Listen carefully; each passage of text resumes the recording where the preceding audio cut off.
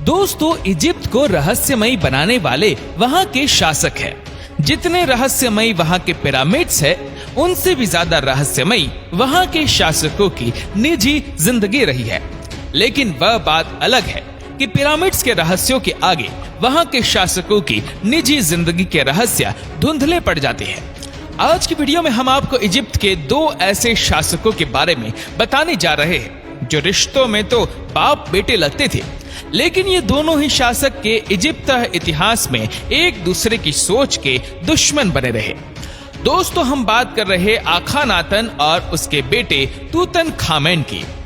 आखानातन Egypt का एक ऐसा शासक था जो न केवल क्रूर था बल्कि एक नंबर का अय्याश भी था, जबकि उसका बेटा तूतनखामेन एक शांति प्रिय शासक था जिसने अपनी नातियों से इजिप्ट में शांति कायम रखी। लेकिन आपको जानकर हैरानी होगी कि उसका बाप आखानातन एक पागल किस्म का आदमी था जो पूरे इजिप्ट में उस समय अपनी अजीबोगरीब सोच के लिए बदनाम था। उसने पूरे इजिप्ट में यह निर्देश जारी किया था कि अब वहां किसी भी देवता की पूजा नहीं होगी, वहां सिर्फ सूरज की ही पूजा होगी, और अगर ऐसा किसी ने नहीं किया तो उसकी सजा केवल मौत होगी। इसी के चलते उसने अपने पड़ोसी राज्यों से भी संबंध बिगाड़ लिए थे। उसके पड़ोसी राज्य उसे बुरी तरह नाराज रहते थे क्योंकि उसने अपने राज पे न केवल धार्मिक कार्यों से लोगों के दिल को ठेस पहुंचाई थी, बल्कि वह पूरे इजिप्ट में अपने नाजायज रिश्तों को लेकर भी बदनाम हो गया था। इस वजह से इजिप्ट के पड़ोसी राज्य उसको अपने एक दुश्मन की नजर से देखने लगा था। आपको बता दें कि आखानातन एक ऐसा इंसान था जिसने अपनी ही सगी 3 बेटियों को नहीं छोड़ा। वैसे तो इसकी कई औलादे थी, लेकिन इसके 3 बेटियां मेरितातेन, मिकरतातेन और अनखसेनामुल बेहद ही खूबसूरत थी। हिस्टोरियंस बताते हैं कि मिकरतातेन की मौत खुद अपने ही पिता के बच्चे को जन्म देते हुए हुई थी। लेकिन दोस्तों, इन 3 बेटियों में से तीसरे नंबर की बेटी अनखसेनामुल के साथ उनका रिश्ता काफी चर्चा में रहा था क्योंकि वह अनखसेनामुल को अपनी राजकुमारी बनाना चाहता था। आखानातन की ये बातें जब राजघराने से बाहर पहुंची तो पूरे इजिप्ट में उसी की ही चर्चा होने लगी थी। लेकिन उसके खौफ और पागलपन के चलते इजिप्ट में कोई भी वासी उस पर खुलकर चर्चा नहीं करता था। लेकिन दोस्तों, जब ये बात इजिप्ट के पड़ोसी राज्यों तक पहुंची तो इजिप्ट के अपने पड़ोसी राज्यों से लगातार संबंध खराब होते चले गए। वैसे तो दोस्तों, इजिप्ट के शासक अपने रंगीन मिजाज के लिए पूरी दुनिया में बदनाम थे, लेकिन आखानातन की कहानी ही कुछ और थी क्योंकि इसने बाप बेटी के रिश्ते को ही शर्मसार कर दिया था। आपको बता दें, एंशिएंट इजिप्ट में इस तरह के रिश्ते आम हुआ करते थे। प्राचीन दौर में इजिप्ट में बहन भाई की शादी भी करवाई जाती थी। ऐसा करने से उनका मानना था कि सत्ता किसी बाहरी की व्यक्ति के पास ना जाकर खुद के हाथों में ही रहती है। लेकिन दोस्तों, जो आखानातन ने करके दिखाया वो न केवल अजीब था बल्कि बेहद ही चौंकाने वाला भी था। उसकी पूरी दुनिया में अभी तक कोई दूसरी मिसाल ही नहीं मिलती। शायद इसी वजह से जब 3335 ईसा पूर्व में उसकी मौत हुई तो उसके शरीर का ममीफिकेशन नहीं किया गया, यानी कि उसके शरीर को मम्मी में नहीं बदला गया। और उसके शरीर का क्या किया गया और उसकी मौत कैसे हुई, यह हजारों साल बाद भी इतिहासकारों के लिए एक चुनौती है। अब दोस्तों, अगर बात करें आखानातन के बेटे तूतनखामेन की, तो वो एक शांति प्रिय शासक था। अपने पिता की मौत के बाद उसे मात्र 9 साल की उम्र में ही इजिप्ट का राज सिंहासन मिल गया था। लेकिन उसने पूरे इजिप्ट को हैरान तब कर दिया जब उसने इजिप्ट की गद्दी पर बैठते ही अपनी 8 साल बड़ी बहन अनखसेनामुल से शादी कर ली। शादी करते ही उसने अपने शासनकाल के दौरान अपने पिता आखानातन के लगाए सभी धार्मिक प्रतिबंधों को हटा दिया। साथ ही उसने पूरे इजिप्ट में यह निर्देश जारी किया था कि सूरज के साथ साथ अब चंदा की भी पूजा की जाएगी। इसी के साथ ही उसने अपने कई पड़ोसी राज्यों से भी अपने पिता द्वारा बिगड़े रिश्तों को अच्छा कर लिया था। तूतनखामेन ने मात्र 4 सालों में पूरे इजिप्ट में पूर्ण तरीके से विकास कर दिया था।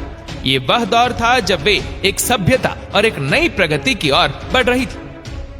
पूरे इजिप्ट में सिर्फ एक ही नाम था और वो था तूतनखामेन। इस दौरान उसने अपनी बहन के साथ अपना वैवाहिक रिश्ता भी चलाया। लेकिन कुछ सालों बाद ही उनके बीच रिश्ते कमजोर पड़ने लगे थे, क्योंकि उनकी कोई औलाद नहीं रही थी और अनकसेनामूल एक वारिस चाहती थी। दोस्तों, हिस्टोरियंस ये दावा करते हैं कि तूतनखामेन एक अच्छा शासक था, लेकिन वह शारीरिक रूप से बेहद ही कमजोर था। वह इतना कमजोर था कि वह किसी से युद्ध में 2-2 हाथ तक नहीं कर सकता था। कुछ हिस्टोरियंस ये भी बताते हैं कि वह शरीर से इतना अधिक कमजोर हो गया था कि वह अपना जीवन भी सही से नहीं बिता पा रहा था, जिस वजह से उसके अपनी बहन या अपनी बीवी अनकसेनामूल के साथ रिश्ते बिगड़ने लगे थे। दोस्तों, अब आप सोच रहे होंगे कि जब तूतनखामेन इतना कमजोर था तो उसने इजिप्ट के सत्ता को इतने अच्छे ढंग से कैसे चलाया। तो आपको बता दें, तूतनखामेन के राज में ही इजिप्ट में एक ऐसा अधेड़ उम्र का वजीर था जो एक लंबे समय तक इजिप्ट में अपने दिमागी खेल के लिए जाना जाता था, जिसका नाम था अया। वैसे तो अया अखानातन के समय में भी था, लेकिन अखानातन की क्रूरता की वजह से वह कुछ भी नहीं बोल पाता था। लेकिन जब तूतनखामेन इजिप्ट का शासक बना तो अया खुलकर बोलने लगा और तूतनखामेन कोई भी छोटा बड़ा फैसला लेने से पहले अया की सलाह जरूर लेता था और हर बार अया की सलाह उसके लिए सही साबित होती। कई हिस्टोरियंस तो ये भी दावा करते हैं कि तूतनखामेन के शासनकाल में अया ने ही इजिप्ट को संभाला था। तूतनखामेन तो अया के लिए कठपुतली मात्र था। जो भी फैसले लिए जाते थे तो वह पीछे से अया ही लेता था। लेकिन दोस्तों, इतिहासकारों में अया और तूतनखामेन के रिश्ते को लेकर मतभेद है। कई लोग अया को तूतनखामेन का नाना बताते हैं, तो कई इतिहासकारों उसको तूतनखामेन का दादा बताते हैं। लेकिन दोस्तों, आपको जानकर हैरानी होगी कि 1323 ईसा पूर्व में तूतनखामेन की एक रहस्यमय तरीके से मौत हो जाती है। जब उसकी मौत हुई तो वह मात्र 18 साल का था। कोई बताता है कि उसकी मौत उसकी शारीरिक कमजोरी से वजह से हुई, तो कोई कहता है कि उसकी मौत रथ से कुचल जाने की वजह से हुई थी। तो कई हिस्टोरियंस ये भी कहते हैं कि उसकी मौत एक सोची समझी साजिश थी। तूतनखामेन की मौत का रहस्य सुलझाने के लिए ब्रिटिश आर्कियोलॉजिस्ट हावर्ड कार्टर और उनकी टीम ने सन 1922 में टूब ऑफ तूतनखामेन के अंदर खुदाई की। आपको बता दें कि तूतनखामेन के शरीर को सोने से बने 3 बक्सों में दफनाया गया था ताकि उसे कोई देख ना सके। जब उसका मकबरा तलाशा गया तो उसके मकबरे पर यह साफ लिखा हुआ था कि राजा की शांति भंग करने वाले के लिए मौत आएगी। जिसके बाद आर्कियोलॉजिस्ट हावर्ड कार्टर और उनकी टीम के सदस्य एक एक करके नेचुरल और अननेचुरल डेथ से मरने लगे थे। उस समय पूरी दुनिया में तूतनखामेन के अभिशाप की चर्चा होने लगी थी और इसे मजबूती तब मिली जब 5 अप्रैल 1923 को इजिप्ट की राजधानी कायरो में खोजी दल के मैन सदस्य लॉर्ड कार्नरवन की मौत हुई। उसके अगले महीने 16 मई 1923 को मकबरे में जाने वाले एक और शख्स जॉर्ज जे गुलर्ड की भी मौत हो गई। 27 सितंबर 1923 को लॉर्ड कार्नरवन के भाई की भी मौत हो गई। 1923 में ही मकबरे से तूतनखामेन की मम्मी निकालने के लिए हार्वर्ड कार्टर को पैसा देने वाले वुल्फ जूल की लाश नील नदी से मिली। उसके बाद 1925 में मकबरे में काम करने वाले जॉर्ज डेफिल की मौत भी हार्ट अटैक से हो गई। कुल मिलाकर इस प्रोजेक्ट से जुड़े 23 लोगों की मौत तूतनखामेन के श्राप से हुई। हालांकि बहुत से लोग इसे अंधविश्वास ही मानते हैं, लेकिन दोस्तों, इस प्रोजेक्ट के साथ जुड़े लोग ही क्यों मारे गए, यह अपने आप में एक बड़ा सवाल है।